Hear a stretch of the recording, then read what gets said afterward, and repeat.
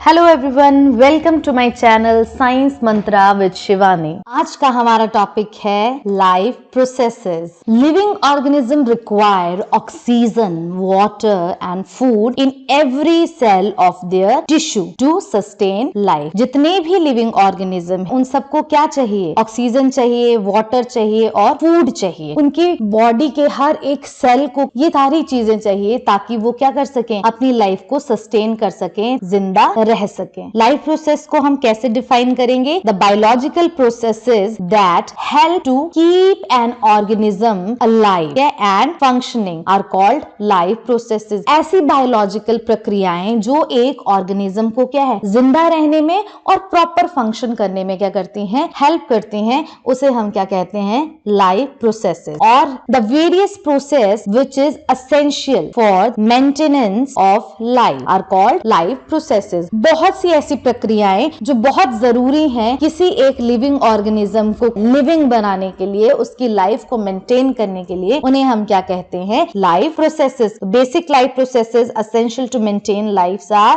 First is nutrition, जो हम खाना खाते हैं। सेकंड इज रेस्पिरेशन, जो खाना हमने खाया ऑक्सीजन की हेल्प से उसकी ब्रेक डाउन होगी और एनर्जी मिलेगी।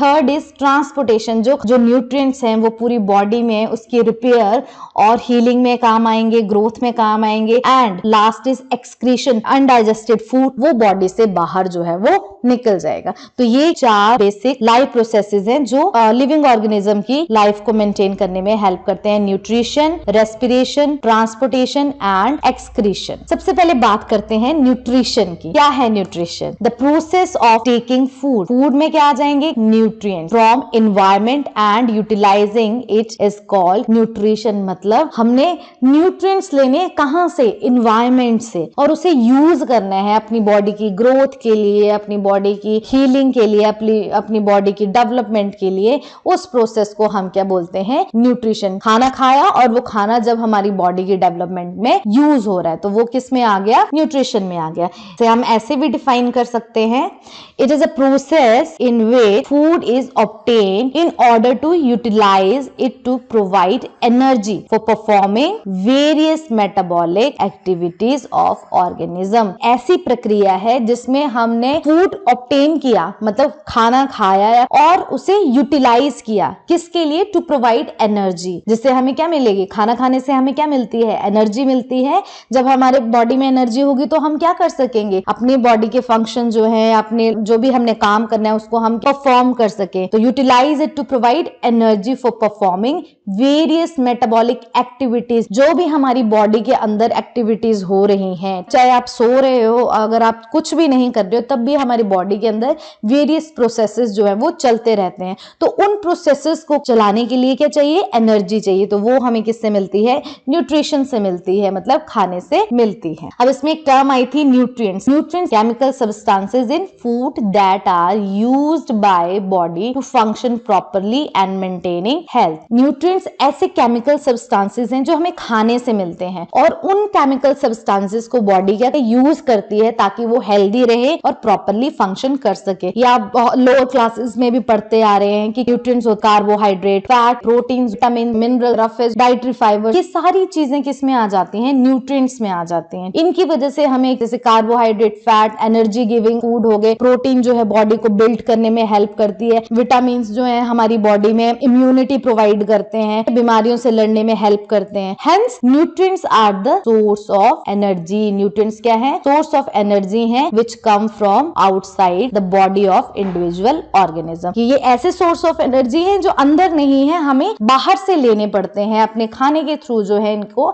अपनी बॉडी में डालना पड़ता है ताकि हमारी बॉडी जो है प्रॉपरली फंक्शन कर सके और वो हेल्दी रह सके। The excess of energy derive from food which is not utilize. ऐसी जो एनर्जी बनी है खाना खाने के बाद हमें क्या मिलेगी? एनर्जी मिलेगी। तो वो क्या है? स्टोर हो जाती है। प्लांट्स में ये स्टार्च की फॉर्म में स्टोर होती है और एनिमल्स में ये ग्लाइकोजन की फॉर्म में स्टोर होती है। और ये क्वेश्चन भी आता रहता है, what is the reserve food material in plant and what is the reserve food material in animals. Plants में रिजर्व फूड मटेरियल कौन सा है? स्टार्च। और एनिमल्स में रिजर्व फूड मटेरियल कौन सा है? ग्लाइकोजन। रिजर्व में रह रही है एनर्जी, ये जब हमारी बॉडी को जरूरत होती है। मान लो आप कहीं ट्रेवल कर रहे हो या आप ऐसी ऐसी कंडीशन में फंस गए हो कि आपको पूरा दिन खाना नहीं मिल रहा है या आपने फास्ट रखा हुआ है, आपकी बॉडी में स्टोर्ड फूड ऑलरेडी है, स्टोर्ड एनर्जी ऑलरेडी है जो आपके मेटाबॉलिक फंक्शंस करने में हेल्प करेगी। नेक्स्ट आता है modes of nutrition. There are large number of organisms and they live in different environmental condition. बहुत तरह के लिविंग ऑर्गेनिज्म हैं और वो अलग अलग इन्वायरमेंट कंडीशन में रहते हैं। जैसे कुछ पानी में रहेंगे, कुछ हॉट टेम्परेचर में रहते हैं, कुछ जो बर्फ में रहते हैं, कई समंदर में रहते हैं। अलग अलग तरह का क्या है, सबकी इन्वायरमेंटल कंडीशन है, हैबिटेट है। Similarly they have a various method for deriving nutrients. अलग अलग हैबिटेट है, अलग अलग एनवायरमेंटल कंडीशन है, अलग अलग उनका स्ट्रक्चर होगा, न्यूट्रिएंट्स लेने का जो तरीका होगा एनवायरमेंट से वो भी अलग होगा। तो method of obtaining food by an organism are called mode of nutrition. किस मेथड से कोई ऑर्गेनिज्म न्यूट्रिएंट्स लेता है उसे हम क्या बोलते हैं, mode of nutrition. There are only two mode of nutrition, autotrophic nutrition and heterotrophic nutrition. Mainly जितने भी आप लिविंग ऑर्गेनिजम्स को कंसीडर करते हैं उनमें सिर्फ दो ही तरीके हैं न्यूट्रिशन को लेने के। सबसे पहले आ जाता है ऑटोट्रोपिक और दूसरा आ जाता है हेटेरोट्रोपिक। हेटेरोट्रोपिक कई और सब टाइप्स भी हैं, लेकिन मेनली क्या है, ये दो ही हैं, autotrophic and heterotrophic nutrition. Autotrophic